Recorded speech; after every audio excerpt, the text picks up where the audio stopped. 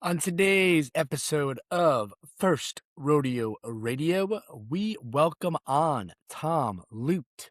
Tom's served the industry for a number of years. He's held prominent roles with the Breeders' Cup, Santa Anita, NTL, etc., etc. Tom's current role involves saving Arizona racing. Turf Paradise was taken over by a new group that is pumping a lot of money into the track, and Tom spearheading it all. The revitalization of Turf Paradise is being led by Tom. This was a very, very fun conversation about some of the ideas behind getting people back to the track, the reasons why, the reason it may have fallen out of favor, and the reason why it's time to do the hard work again of getting people back out to the track. So we hope you enjoy this conversation with Tom Ludt. First Rodeo Radio, where the race begins. The homies have reached the starting gate, and they're off. So you mentioned on a previous podcast about how the Kentucky Derby is the biggest day at almost every racetrack around the country. And then you said you can't create that atmosphere every day, but we're trying to create that atmosphere once a month, and we're rolling out some new things. Yeah, I mean, it's the sport is such a wonderful sport if you're in it. But the reality of the matter is that when you look at the large scale of life and you look at what's going on with racing dates down, full crop down, sports betting on the rise, I'm a contrarian, I guess is the word when I say there's no reason our sport can't be doing the same thing. And it starts with actionable items that you can accomplish. And so to us, we're in a vibrant market. I'm new to Phoenix, but man, I love it. I mean, it's very sports friendly. Obviously, our dates are perfect for the weather. And so, my message to the staff is we need to start trying to get one person every month that's never experienced horse racing times X. And I joke about it here. They say the population's over 6 million now. That's 1%. We can get 1% of Phoenix to enjoy horse racing one Saturday a month. We are on a great streak and nobody else is doing it. And I have my opinions, but I don't run other tracks. And so we have to create something. We had a meeting this morning, and I don't like the word disrupt from the standpoint that it sounds like a rebellion, but I use the phrase here, we have to disrupt what we've done in the past. We have to try things. We're going to fail at times, but fear of failing will never let you get anywhere. We have to try new things. We have to entertain between races. It's just, you hear it, if you read enough and you listen to enough people talk, everybody keeps talking about change, and we're not changing. So, we've got some crazy ideas on the wall. I mean, obviously the corgi races and people do different things, and we can do those. But you've also got to do unique things. Like we're talking about dunking booths. We're talking about things that are entertainment that are different. And like I said, it's okay to be wrong. I use Vegas. I've used Vegas. Anybody that knows me since my San Diego days, I was going to Vegas a lot. And if you look at Vegas, and some people aren't going to like this, but people forget, especially young guys like you, the theme before right now was it was the family zone. They tried to create Vegas into the family atmosphere. Well, let's face it, that was a disaster. And what do they come back with when they admit they're wrong? What goes on here stays here. So they went from the moral family to the immoral motto that's been around for a long time. Now, is that what we want? No. But at the same time, my point is racing's afraid to fail. What's wrong with failing? It makes you Yeah. stronger and you learn. It reminds me of a great movie I watched growing up, Meet the Robinsons, where they celebrate the failures versus, just the successes. So I feel like Yeah. in racing, it's got to be similar to that. And I think Vegas draws upon a very interesting thing in my brain because you see a lot now about the current state of Vegas and how it's catering more towards a luxury crowd. Things like F1, things like just attracting the higher rollers and less about the middle class. I think horse racing is positioned in a great middle ground where with $25 you can have, a great day at the races with a family of four.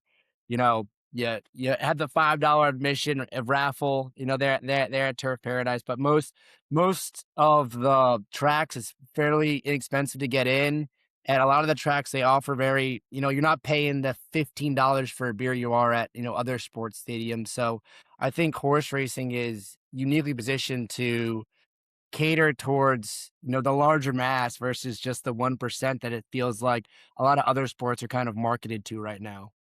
Yeah, I think that's an interesting point. I mean, there's we were at a meeting at an OTB earlier today. We have a very unique environment here where the track owns OTBs in the state. We got 41 of them, and we're trying to reinvigorate those into 41 sales extensions. And they're spread throughout the state. Majority of them are in the greater Phoenix area. But it's an opportunity for us to display racing. But the truth is, if you go into a traditional sports bar and you see an OTB, but you don't know anything about racing, you're not motivated. So we're trying to come up with ways to motivate the bartenders, the servers, to entice people to make a bet. And one of the things I brought up, and I literally, this is fresh, so I haven't even called the tote company, but you think about this, and I don't know the stat, but I'm guessing it's well over 80% of the people when they buy a lottery ticket just do quick pick. And when you think about, the serious player with the pick 4 or pick 3 or pick 6, they do a ton of research and they put that ticket together. We need to come up with the $25 pick 3 or pick 4. I say $25 because you got to make the denomination simple. I'm talking about the new better. Why should there not be the $25 pick 3 or the $30 pick 4 and whatever those combinations are? You get your ticket, you can read the numbers. You don't have a clue which horses you have. No different than the lottery. I mean, 99.9% of those tickets are losers in the lottery. I don't know what it would be in ours, but why are we not doing things like that where, everybody says it's complicated to read a racing form? It is. But you entice somebody because the $2 win bet's great. But if you're telling people bet this horse you can't lose, which we know that's not always the case, but they win 240, they're excited, but they won 40 cents. You give them a $20 pick 3 and they might win $200, could get lucky if one of the bombs in there. That's what I think we have to try. We have to come up with some actionable items that we can execute versus constantly preaching on these big subjects that go nowhere. Yeah, I agree. I think that's a very interesting concept too, in terms of, whether it's a pick three or a double. And I mean, the person's gonna watch the races if they have Right. $25 on a 20. Like they're gonna end up watching the races, and they might end up, maybe they die in the first leg and they end up playing their numbers back. Sure. And I think like I, talk more about the OTB side of things. Like, does the track own the physical bars as well, or is it just like the windows at the bars? And it's a very unique deal. I do not think, I'm not positive this, that anybody else has this, but we own, we put in the TVs, we put in the teller, we put in the booth, and we run, in essence, the totalizer machine inside of somebody else's bar. We have nothing to do with food and beverage. So what we're trying to do is drive business to the slow times traditionally, because our racing's in between lunch and dinner, to the OTB, so they get the food and beverage business and we get the handle. And it gives a chance to, guys to, you know, the play is, if you're not at the track, go to an OTB. If you're not at the OTB, bet on your ADW. The ADW system always will be here, but sometimes guys want to hang out together and they don't have to drive across town. They can go to the local sports bar. Yeah, seems like a win-win scenario. And Yep. honestly, there's a little OTB in New Jersey where I grew up, and I used to actually go there, once a year. My family before I could legally bet, and have them put in my derby bets. I went there with my uncle. Oh my gosh, probably about 6 months ago. That place in Jersey, I won't say what it is. There's not many left in Jersey, but it probably needs a little bit of a facelift, a little bit Yeah. of energy injected into it. But a dive bar with an OTB sounds like heaven to me. Well, and that's the one thing that we're blessed with. The OTB licenses are restricted to parimutuel tracks. We're the only parimutuel track at the moment. So we get to go where we want. So we're in some really nice high-end restaurant bars, and we're in some dive bars, and so it all comes down to, can we get enough traffic in there that the restaurant wants to give us space, and do we want to spend the money? And we're constantly scouting because there's no limitations to it. We can do as many as we want. And then break down, I don't know how much you can share, but like the percentage of handle bet through, an OTB versus an ATW versus at the track. I know you mentioned it on one of your previous podcasts. Can you kind of enlighten me on how that percentage is broken down? Yeah, it's obviously going to completely be dependent upon the track and the locations, but I'm guessing, to a general audience, the biggest misnomer, and it's not complicated once it's explained to you, but it's no different than buying stuff on Amazon versus going to a department store. The more people that touch it, the less we get, because everybody's making a piece. So when you go to a physical track, it's, the highest takeout the track retains. Takeout is the same on every bet. So if you bet at home on an ADW, or if you bet at an OTB or another racetrack or our track, the takeout's the same. It's just who's sharing in on that takeout. And what people don't know is it's probably close to, and I don't know for sure, but I would guess it's about 5% of your handle is on track. And that's the biggest change that's affected revenue to racetracks. Back in the day, when everybody had to go to the track made all the money. Nowadays, when it goes from us to an OTB, we're blessed with a good environment here. But like the OTBs you're talking about in Jersey, if it's like the ones in Kentucky or California that I'm familiar with, that OTB is not getting very much of the money. So that's why they're not so lucrative, because they don't make enough money to put the resources into it. Uh, and then, the ADW, that's even further removed. So the pie gets cut from, a typical average blended takeout of win, play, show, exactas, pick threes, pick sixes, probably is close to 20%, 19%. But if we're getting all of that, then we're getting that money, and then we're splitting it obviously with horsemen.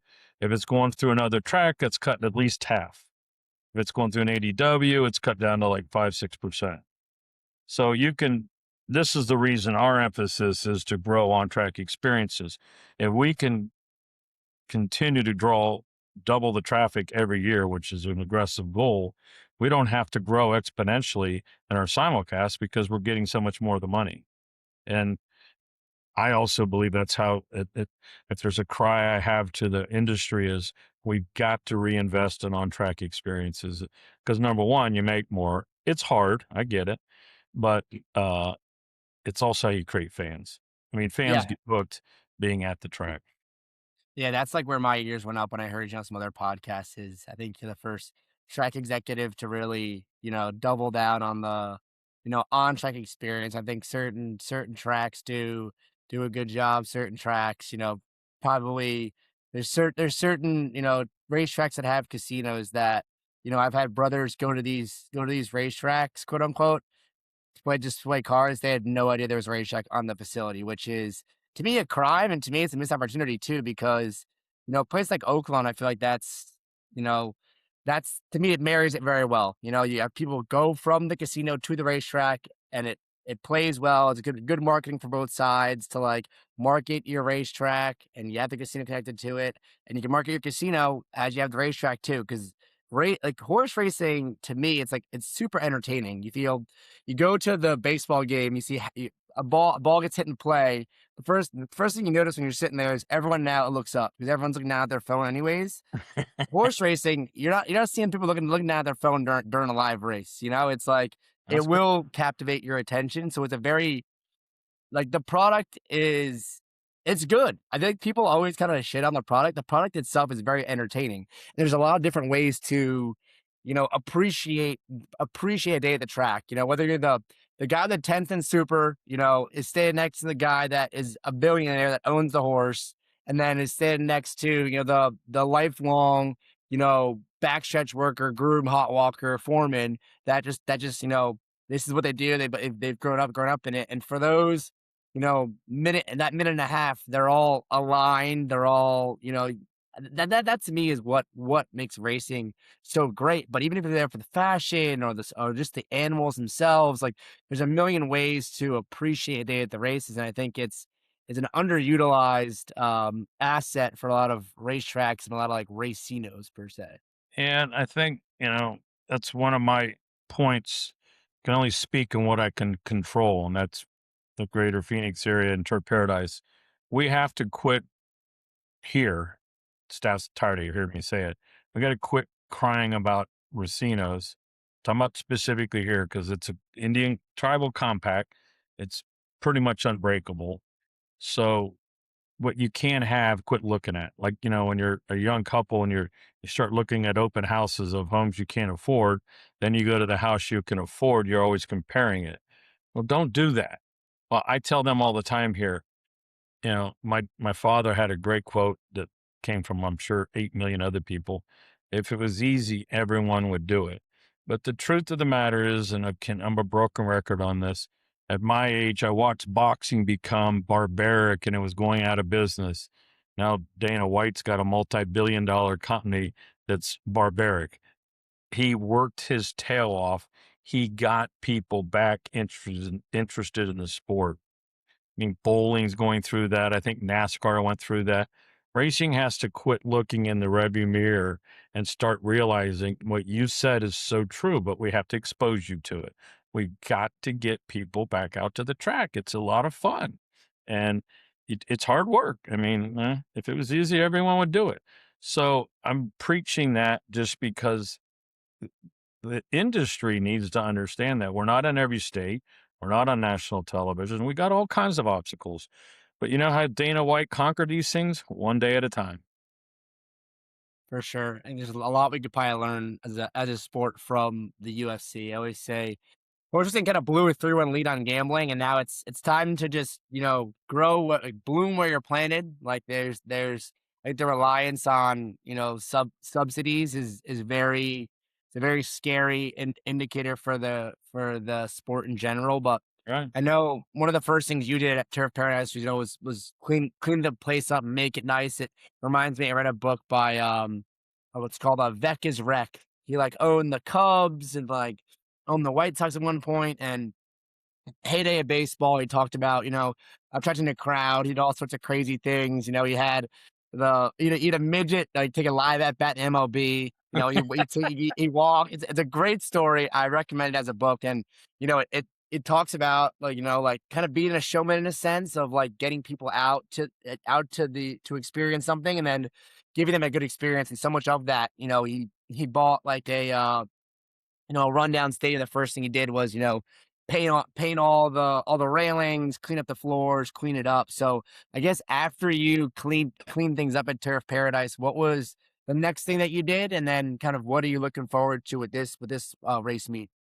Well, we created a high roller room, which has plenty of seats available. So I'm still not successful there yet, but I do think you have to create atmosphere that fits the crowd. We have those tiki huts on the apron, which is kind of a fan favorite because it's very casual. But like you said, you never know who you're sitting next to. We're now working on the backside. We're doing everything we can. Unfortunately, there's been about 15 to 20 years of neglect of maintaining the surfaces. I'm just talking about around the barn. So we're moving an immense amount of dirt.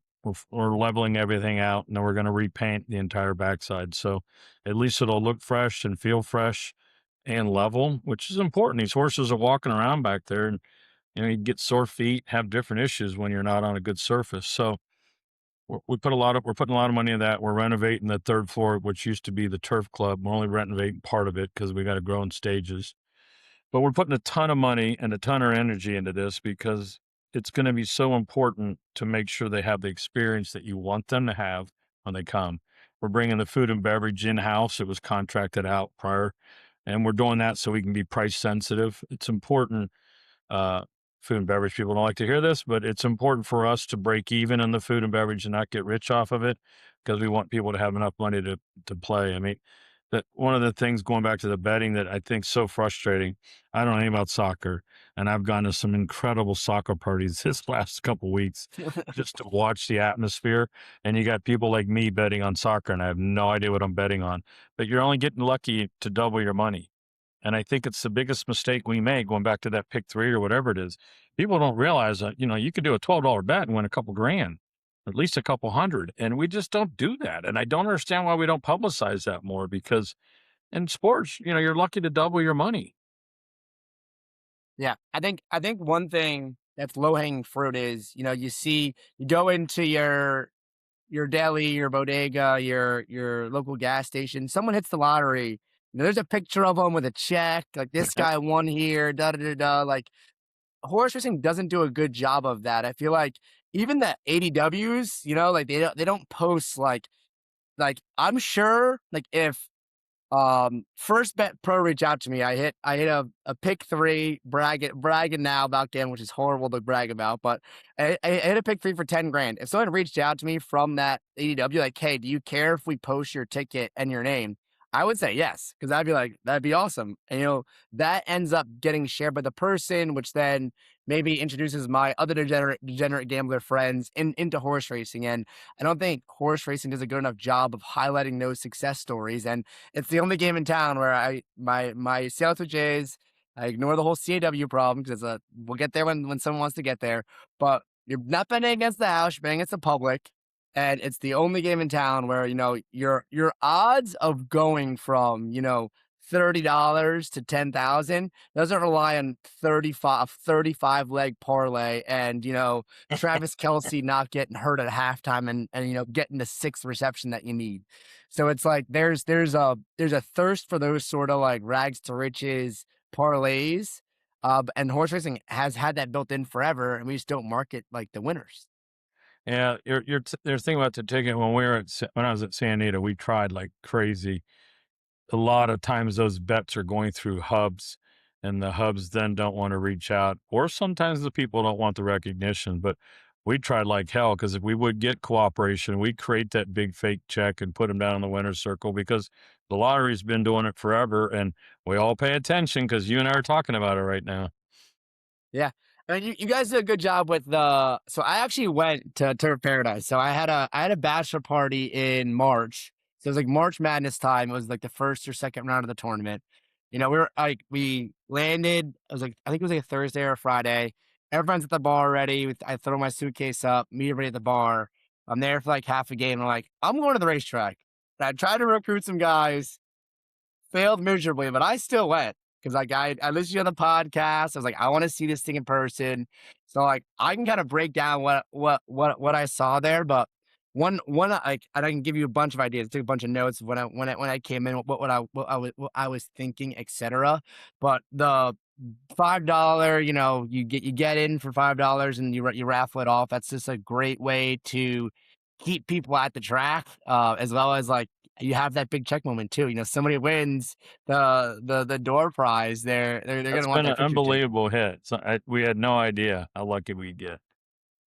Yeah, I think it's fun, and like, I mean, I would even like double down on that in a sense of like, you could. I'm not sure that what the mechanics would have to be, but like, you could double your chances if you scan and like put in like your name and your email, so then you can like follow up with those customers, kind of capture that customer data, like where you're from, where you're visiting from, That's a sort of good sort of point. thing, and you can even go like as a step further of like, yeah, the person that like is at the track that's the furthest, from the track, they get recognized too. They might not win the door prize, but they get like, you know, $10 concession gift card or something like that. And you kind of highlight like, okay, this guy came all the way from, I mean, he's probably not, he probably didn't, maybe he didn't travel just for the racetrack, but capturing the person from Florida that, came all the way and is at the We racetrack get a would lot be, of far away people because of spring training. yeah. And it's a fun atmosphere there too. The upstairs clubhouse area, obviously you got the AC sanctuary up there. Like the bars up there are pretty fun too. I actually took a work call from Wi-Fi is very strong. I took a work call from the track. I snuck away, hopefully my current employer doesn't listen to this because I was at the bar working, then at the racetrack working. I could have been reached. I took a phone call or two during the day. So the Wi-Fi is strong. I guess what it sounds like, in the sense like there's a lot of necessary infrastructure upgrades to the backside. As you kind of say, safety comes first, entertainment's a close second.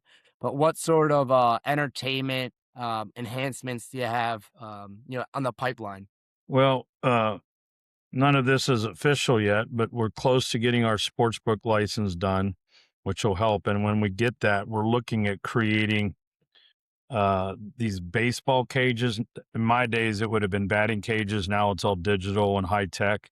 So we're thinking about putting in some of those little, almost like a top golf where you hit into a wall, not the big screen. Uh, for there's these IndyCar simulators. It's, I mean, very high tech, but we're trying to create an atmosphere where the sports bar is, with the sports book, with the action and just entertainment, because we have easy access to that area without walking very far from the parking lot.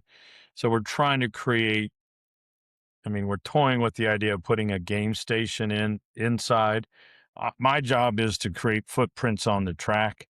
And so we have to create enough activities that, say you're not into horse racing, but you're a gamer, as I guess the phrase. I'm too old to understand all that. And one of our other buddies is a huge baseball guy. We're all sports guys. Now there's no excuse that you all don't go versus the one guy saying, I'm not going out to the track. Because if I can get you there, we can hopefully educate you a little bit just to make a bet. Because that's the hardest thing. The hardest thing is getting you to the track. So we're trying to come up with, like I said, I'm not sure I'm big on this dunking booth, but I told the staff if I get outvoted, that's okay. We're trying to create things to do that people can be entertained in the downtime or with their friends, but they're not horse betters. Yeah. Kind of eliminate all the negatives. Does the track stay open, like, when racing is not going? So, like, theoretically, those cages and the sports betting can bring people Yeah. to the track, revenue during the off season, as well as, if you're betting simulcast, if you're betting Yeah. The good, Saratoga and that's the one of the benefits of, you know, we're an OTB as well, because when we're not running, our simulcast center is open 364 days a year. Now, I'm learning, especially today, interesting day to talk. It's only going to be 115 today.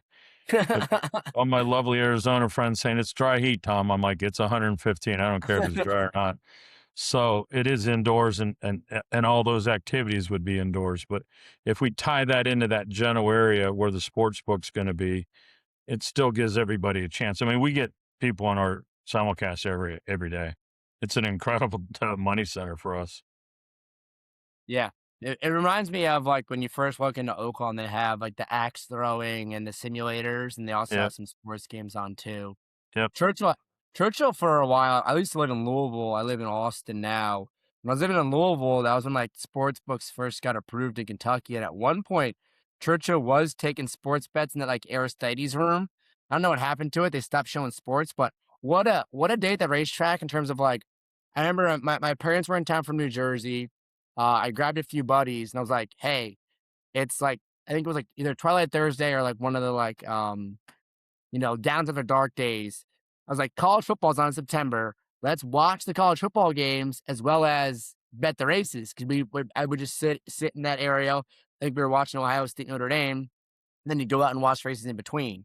So it's like, I think you're the first person to frame the gaps between racing as an opportunity. I feel like everyone within racing wants to, like, shorten that gap.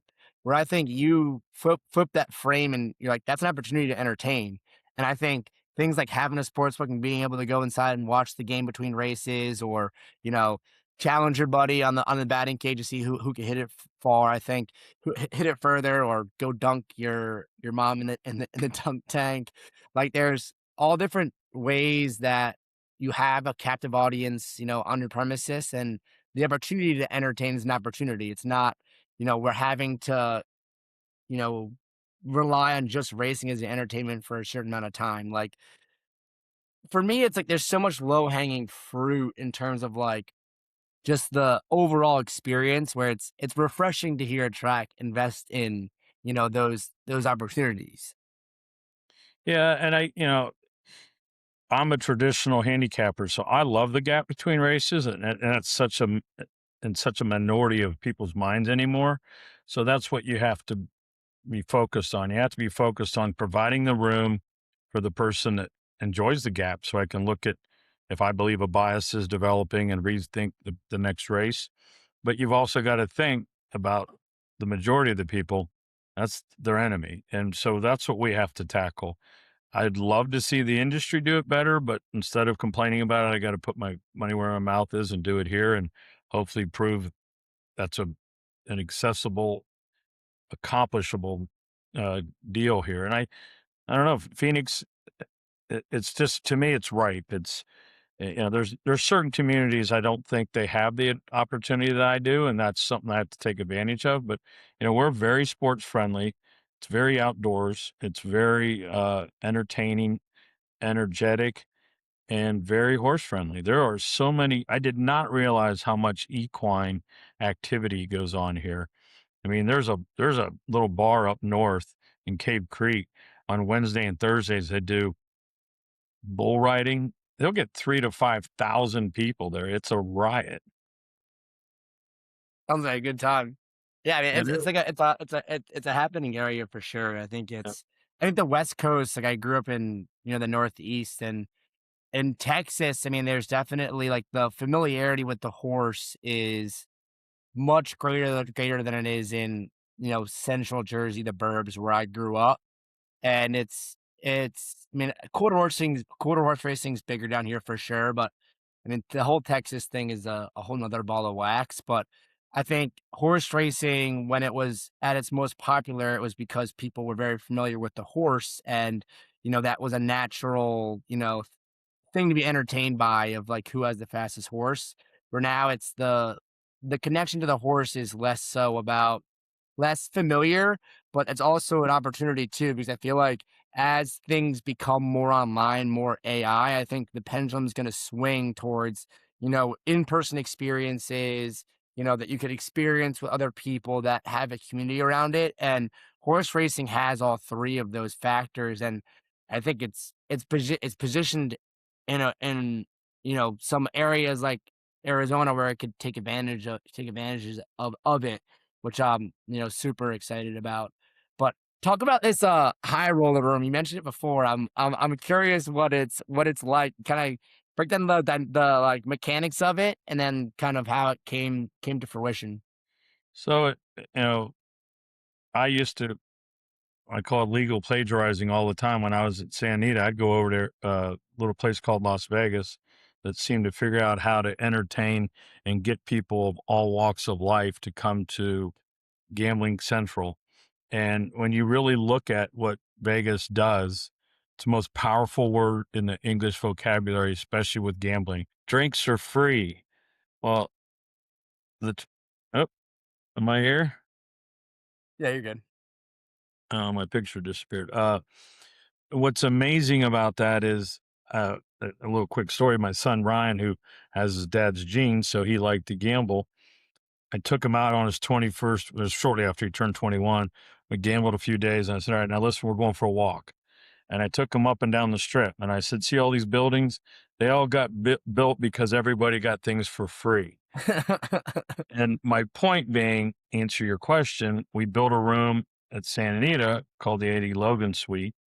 It's a coded room. You can't get in there without the host, Tom Quigley, who runs it and does a great job, giving you the code. And you have food and beverage in there, but you got to be a big gambler.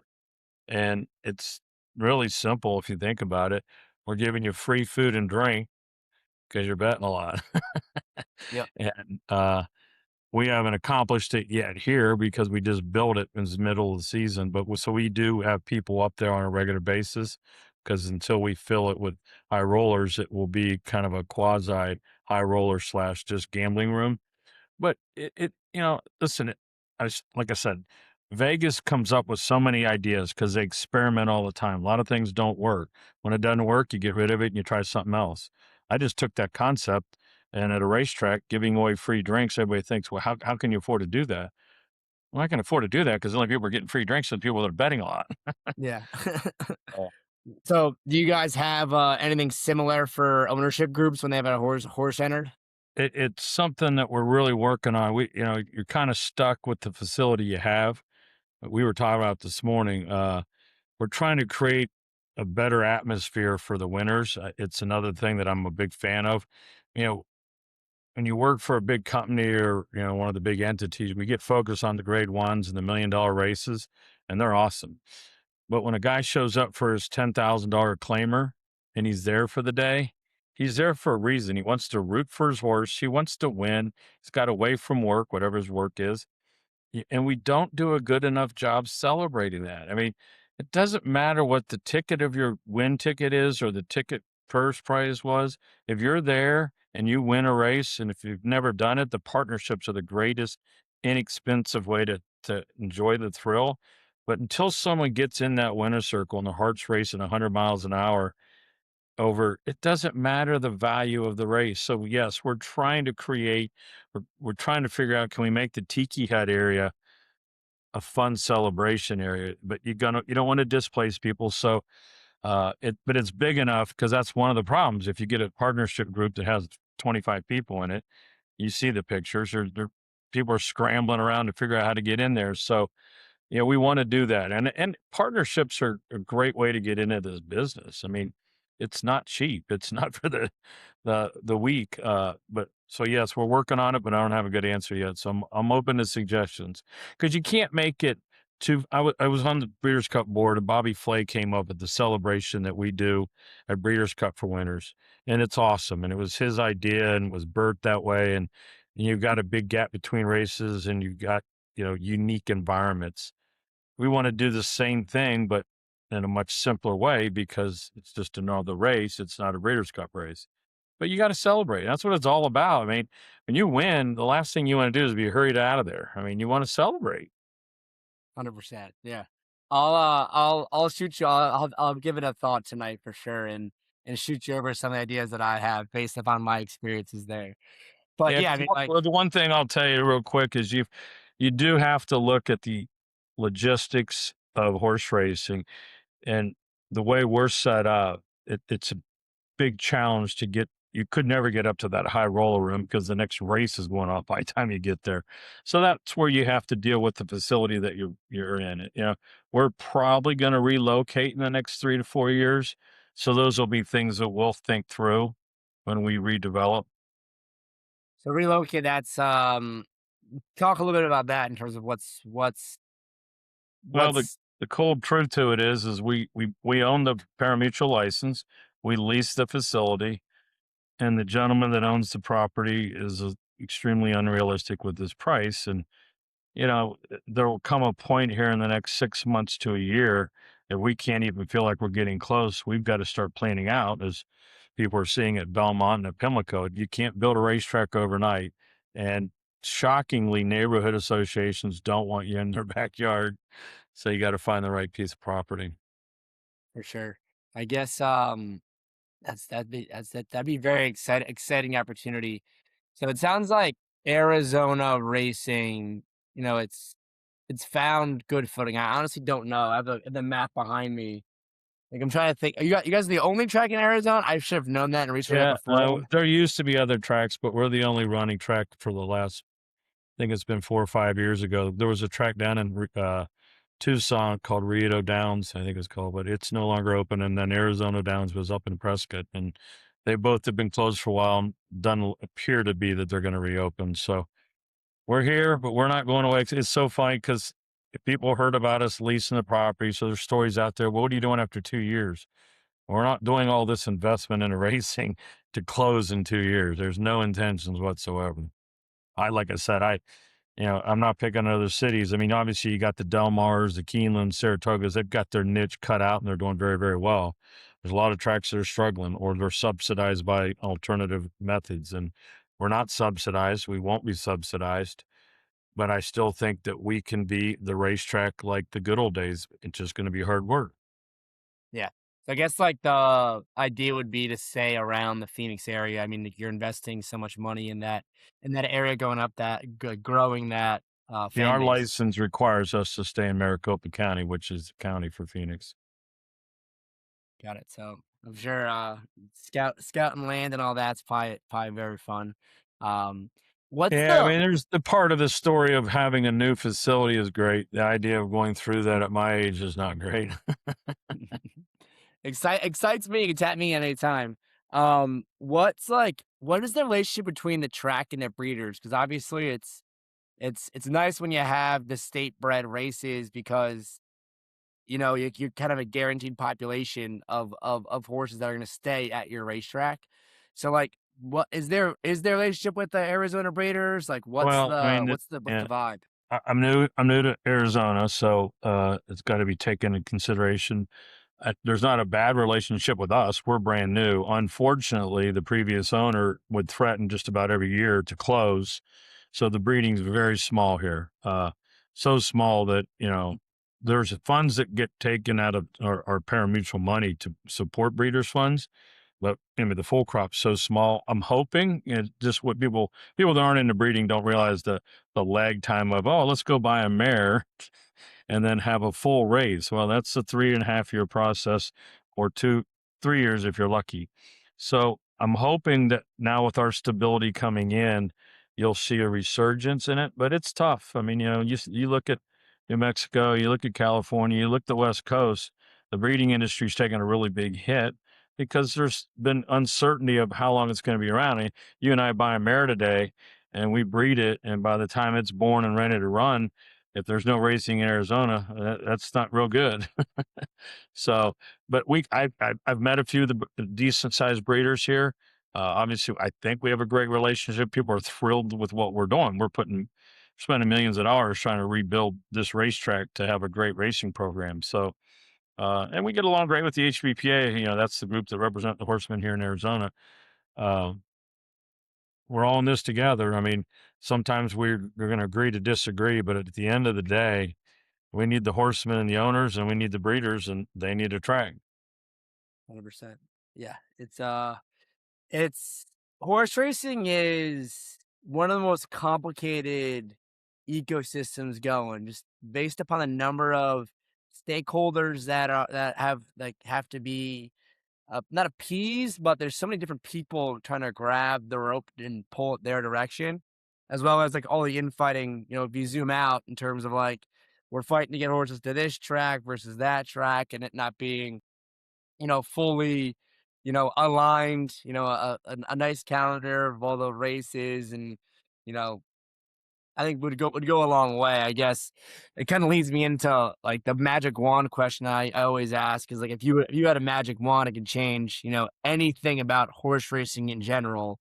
So I know you're focused on the task at hand, over there in Arizona, but just kind of zoom out. If you could change anything about the industry in general, what would you change and why? An an easy fix, in theory, that could be fixed overnight if we would cooperate: post times. You can't believe behind the scenes the amount of time, if you're managing a track, how you're trying to stay away from other tracks so that we give the gambler the chance. There was a guy, and I don't remember his name. Someone sent me a video. He was talking. He's a harness guy, but he talked about how we really can't do in-game betting because it would be impossible. I think the sharper guys would just clean up. But he made a great point. If everyone would stick to their post times, now you're going to get shoeing issues, you're going to get gate incidences, you can make that up. But if people were locked into their post times, we would have in-game race betting, because you know what the in-game is? My race is at 2, your race is at 2:03, this race is at 2:06. That's in-game betting. And I thought that was really interesting because I've really had problems with this post time thing since I've been in this industry. So that's the short, easy fix.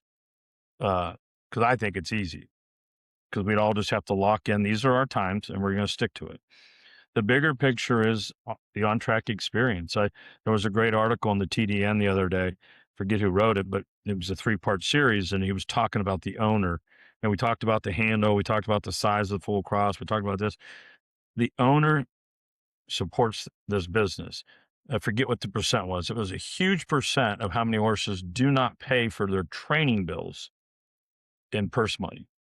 So if you take that into consideration, it doesn't count raising the horse, purchasing the horse, and you understand that people are the ones flipping the bill, create the experience that they want when they're at the track.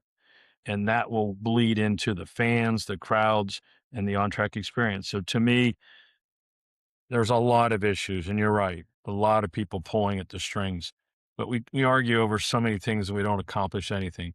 Host times and on track experience. I mean, look at any sport. Like I brought up soccer earlier. I mean, soccer's growing like mad. I mean, every sports bar, at least in Phoenix, when the United States was playing, was packed. There were a lot of Tom Lutz in there that didn't know anything about soccer, but was atmosphere. People will come to things that are fun and entertaining. And we can say all we want that it's hard and the people this. I had a really good, I forget what network she was with. She was interviewing me. She goes, "Why in the world do you think you can change attendance at the track when nobody else has?" And I said, "Well, it won't be me. It'll be our team, but no one's tried." And people can get offended all they want. They used to, and we used to have crowds, and we got easy. Oh, they do it on their phone. They do it at the OTBs. You don't need to worry about it. That's so wrong. I mean, people like you and your age, you got exposed to it, so you love it. You're bringing friends. You don't keep bringing friends, they're all going to be my age one day, and there won't be any fans. Yeah, I think and it's not an easy problem to solve. I think so we're like micro share in nature where like we raise money once a year, $500 fixed, buy a whole team, we claim some, we buy some from auction, da da da. All that said, like my hypothesis was okay, if someone gives me $1,000, they're gonna travel from, Philly to the Monmouth event or Philly to Saratoga. Wrong. Like it's very difficult to get people to get engaged, stay engaged, and get to the track. So, like, honestly, like, one of the problems that like we face is like getting people to events. So, like, it's difficult with claiming horses, as you all know. It's like you can't really point at a day that we're gonna race here. So basically, we kind of just create a calendar. Okay, like these are the big race days. We're gonna go to the Arkansas Derby. We're gonna go to the Derby. We're gonna be at the Travers. We're gonna be end of year at Keeneland, and kind of try to create these big events so people can try to plan travel and get out there and kind of show it to them. Because once you do get people there, like people latch on to what they want to latch on to. Like, yes, the form's hard to read, but some guys really like, I was someone that like, I love the puzzle of it. So like, that's kind of what got me, I was stocking the shelves at Costco and I'd go to Monmouth, on Saturdays at noon after I finished stocking shelves in the morning and just play the races with $100 and keep track of how much I did and, research all these trends, read a bunch of books, so like, I always say like, if I bring 10 friends to the track, I'll sit them all down. Okay, here's your read the form. One guy, I get 2 hours into it, he's already off buying a drink, having fun somewhere else. Fine. Another guy sees another 2 guys, 3 guys probably, sees some pretty girls walk by, they're gone. The other 3, the other 4 or 5 or 6, they stick around. 2 of them just want picks, they just want action, and maybe 1 or 2 of them actually like the puzzle clicks and they want it. And at first I was offended by the guys walking away, but then I learned to appreciate, hey, like, this game is, you gotta learn to love the game for however you want to love it. And that's what we kind of have to preach people. And Well, you just covered exactly what racetracks need to do. Uh, Listen, I was blessed when I ran Vinery years ago in Kentucky to have one of the Vinery had one of the suites at Churchill Downs, and one of my roles was to get high rollers or celebrities or well-known people to come to the suite, and I got to bring Dale Earnhardt Jr. and some of his family, and they were astonished that I'd never been to a NASCAR race. So I went as his guest to a race. Now, I'd never been. Sad part is I've never been since. It didn't do anything for me, and I sat in the pits. So it's okay. And this is what I tell people all the time.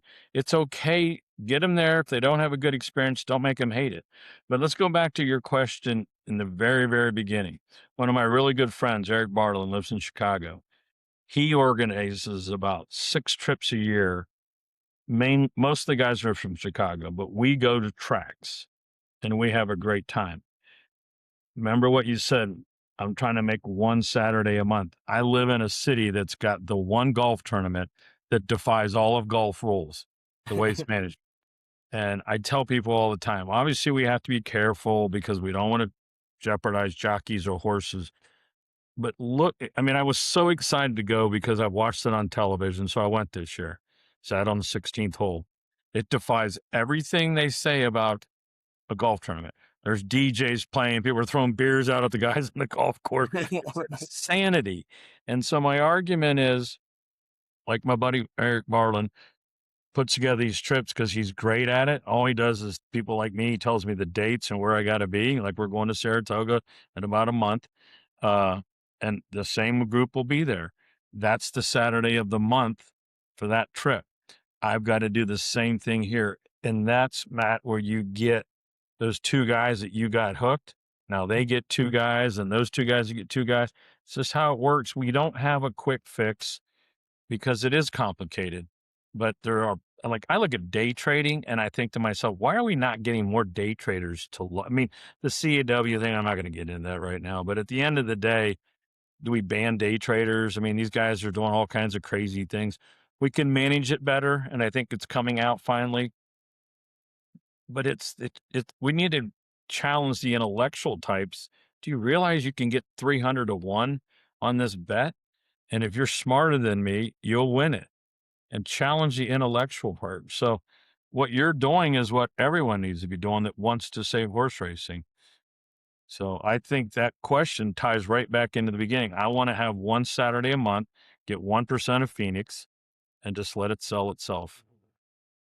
Yeah. I think you can, I guess, do you have any promotions that are locked in yet, or any of like your wildest promotions that you've pitched or are considering pitching yet?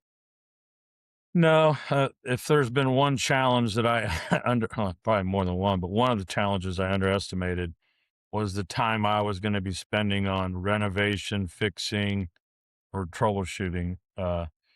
We knew the facility needed a lot of TLC, but and it's not my strength. I'm a pretty good interactive front man, but I've been spending a lot of time learning about tractors and plumbing and air conditioning units. So I haven't had the chance. We've hired a lady, Angie Stevens, good friend of mine.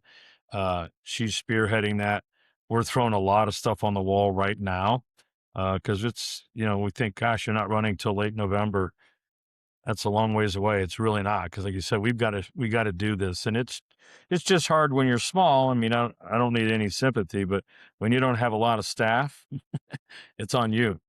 So, if anybody's listening has ideas, I'll take all the ideas. Don't be offended if I don't do them all.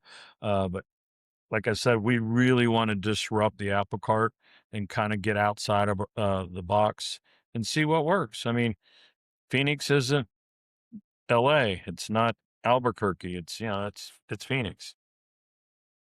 Yeah. I think like rattling off ideas I have in my brain, if you want to listen, like, so I think there's some like baseball teams and such that do like fantasy football drafts at their facility.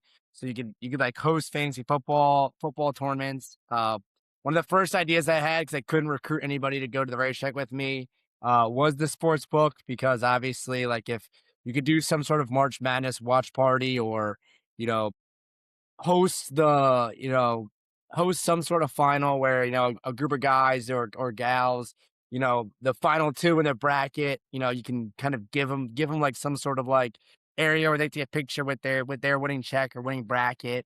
Or you do some sort of bracket challenge. You have to submit a paper bracket in person to the track, and like the best bracket with some sort of like VIP experience. uh the whole, like, doubling your chances thing to kinda capture customer data, I think would be big. Um, fraternity sorority events, they're always fun. I don't know how you would package it, and I'm sure there's some liability lawyer stuff that would get involved in terms of, We drinks and league. did have a little success with that towards the end of the meet. We didn't close on the track until December 15th, so it was in the middle of the meet, but we had some Arizona State and Grand Canyon events towards the end, so we're going to hopefully capture more of that Yeah. this next year. I mean, college kids, I look back on my college days and yeah, I studied engineering. I spent a lot of time in the library, but I also had a lot of free time that I look back and, relish. I wish I had more of it. So they have free time. They're looking to be entertained. I think that there's plenty of, groups that you could potentially host there.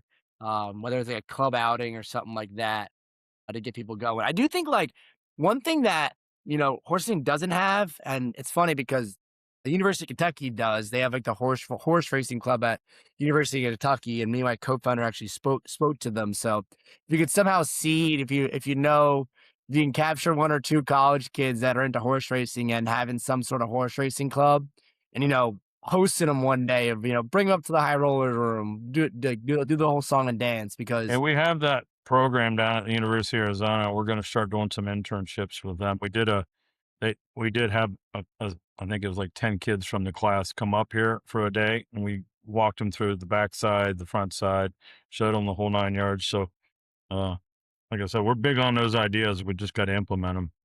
yeah. It's fun. Yeah. Other thing, I mean, like, so other things I had written down, Lyft, Uber, apparently, like, the drop-off spot isn't correct. So I don't know how you address that. I don't know who you gotta talk to, but got my Uber, and the guy was like, I had to figure that out 'cause I tried to punch into Paradise. It wasn't correct. So I don't know how that gets fixed, but that was what I had written down. Um, Definitely, like, one thing that I need to email the Monmouth Park GM and tell them about this. They have a beautiful intercom system, and they're playing Frank Sinatra at the end of the races. Where was that between every single other race? Even you play it at 10% volume. I brought a speaker because we bought a Grove and we were hanging out. But music between races, keep the energy high, keep people engaged. That's a big one. I don't know, like having one big screen for you guys, I think would be huge. Whether it's like on the infield or like in the clubhouse in the AC area, like somewhere where everyone can watch the race together. I think that's like something that's super duper fun about racing is crowding around the big TV. I don't think they need to be big. I mean, I think of like the TV in the next to the bar of Saratoga when you walk in from the paddock to the clubhouse. Yeah. Not the biggest TV, but that always is popping. You always see horsemen come watch to it. So kind of planning out that like path of like, okay, where does everybody go from the paddock to watch the races? And I think the facility there's probably less people around the paddock because it's so hot. But like thinking about that path, that's one idea I had. Um, yeah, but overall, like that like front area you guys have when you first walk in, that area is freaking beautiful. Like more like things to highlight that and kind of clean that up, make it more of like a photo area. Like that's a beautiful, beautiful area when you first walk in. I think like at the door, I'm not sure if you guys are doing like the raffle giveaway again, but if you could somehow like at the door do the like if like each person in the booth have a counter and like it automatically adds 5 to your digital scoreboards, people kind of know going in what the pot is. Maybe like even like having those digital things in the OTBs as well. Like, hey, here's what we're giving away at the track. That could be a good like way to incentivize people going to the racetrack. And I don't know, like the when you first pull up, I'm trying to like think back to like what it looks like. 'Cause all I remember is got dropped off from the Airbnb, kind of walked up and like kind of what's the parking lot situation is kind of what I'm saying. Needs repaved. Yeah. But like I mean like a lot of people will Uber there. I'm trying to think of like I don't know if the Savannah Banana guy's book is awesome because he breaks down like That guy's everything the from the time best. you pull up all the way through. I use that example all the time. Baseball people, traditionalists, which I'm not, I love the idea when the foul ball gets caught, you're out. And I think, Oh, nice. what's wrong with that? That's what you need. We gotta shake things up a little bit. Baseball made the bases bigger and added a pitch clock. Like I want to hear nothing about like tradition and like, like they made the freaking bases bigger and added a pitch clock. It's like the most traditional sport that there is, and it's working for them. So like we gotta start like throwing some more things at I the agree. wall. I totally So agree. I'm all for the crazy ideas, and I'll I'll probably just keep emailing you them as they That's pop in my fine. feed. Listen, I'm all for it. I mean, like I said, you know, if your attendance is going through the roof and your revenue is going through the roof, why are we talking? Well, because neither one are doing that. So Yeah. time to listen to the customer and give them what they want. I mean, it's not when I think of this soccer because of the current timing of this discussion. Look at the World Cup. I mean, been at two of our OTBs since Monday when the U.S. played. Both of them was sold out. I mean, what more do you need to say? I mean, soccer's on the rise. I mean, what's going on with horse racing? Are we on the rise? No. Why not? Oh, we haven't done anything different in 10 years. So what do we expect? Different definition of insanity. Do things over and over again and expect a different result. It's to me, it's one of the most astounding things too. So like you have your big day. Triple Crown, obviously, like over the spacing, whatever, they're up. It's up every single year. For me, like the big one, and like I know you just work for the Breeders' Cups, might be a sore subject, but where the Breeders' Cup sits on the calendar is not the best. I am like the top of 1% horse racing fan.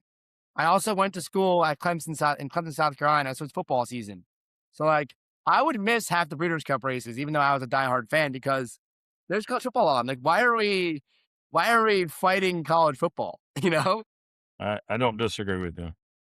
So there's so many different things, but I think your message, your ethos of, hey, like we got to start with what we can actually do, um, is powerful, and I kind of implore anybody listening to bring somebody to the track. Do what you can with what you got, um, because we kind of need to do it as a sport, and that's kind You of got to have small wins. You can't always be going for the grand slams. 100%. Got to hit a bunch of singles. But I think this is probably a good spot to end the conversation. I do always end with some rapid fire questions. So these are like one word, one phrase answers. But I'll pause and see if there's anything you want to add or ask me before we get into rapid fire questions. Listen, I applaud your energy. I'm thrilled to see your generation putting the time and really putting the energy into it because I know what you're going through. I was there at one point, and we can't, I call life a relay race. As you get older, you may not have the energy, but maybe the brain works better. Share your thoughts. We need to continue to understand it's not easy, but that doesn't mean it's not great. Love it. Like you said, yeah, if it was easy, it wouldn't be as fun. That's what I always say. And when times get tough and your horse is going to the clinic because it's hurt, like if it was easy, everyone would do it. It's You a know, brutal game sometimes. so the highs, lows, in betweens. All right, rapid fire. You can't say Terra Paradise. Favorite racetrack. San Anita, Favorite horse of all time. Kodiak Cowboy. And the next one is favorite big race day. So like Arkansas Derby Day, Breeders' Cup Friday. I'm going to be a traditionalist. Kentucky Derby. Fair, fair, fair. Okay, next two could be racing related, could be not racing related. When you hear the word successful, who is the first person you think of? Joe Montana. All I right, don't and the blow last, people away. yeah, the last one is, if you had to give advice to younger Tom, what I'd would that? probably like to say Michael Jordan now that you gave me an extra minute to think about it. That's fair. If you had to give advice to younger Tom, what would your advice to your younger self be? Listen more and be willing to be wrong. I like that. It's probably a good message for the entire industry of horse racing to hear too. You're right. Well, I appreciate you hopping on here, Tom. This is You a ton bet. of No fun. problem. I'm looking forward to getting back out to Arizona and hopefully this time being more successful. Call me this time so I can take you around.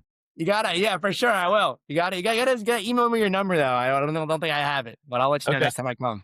I'll do it. Thank Good you, deal. Matt. All right, Appreciate it. thanks, Tom. You bet. Take care.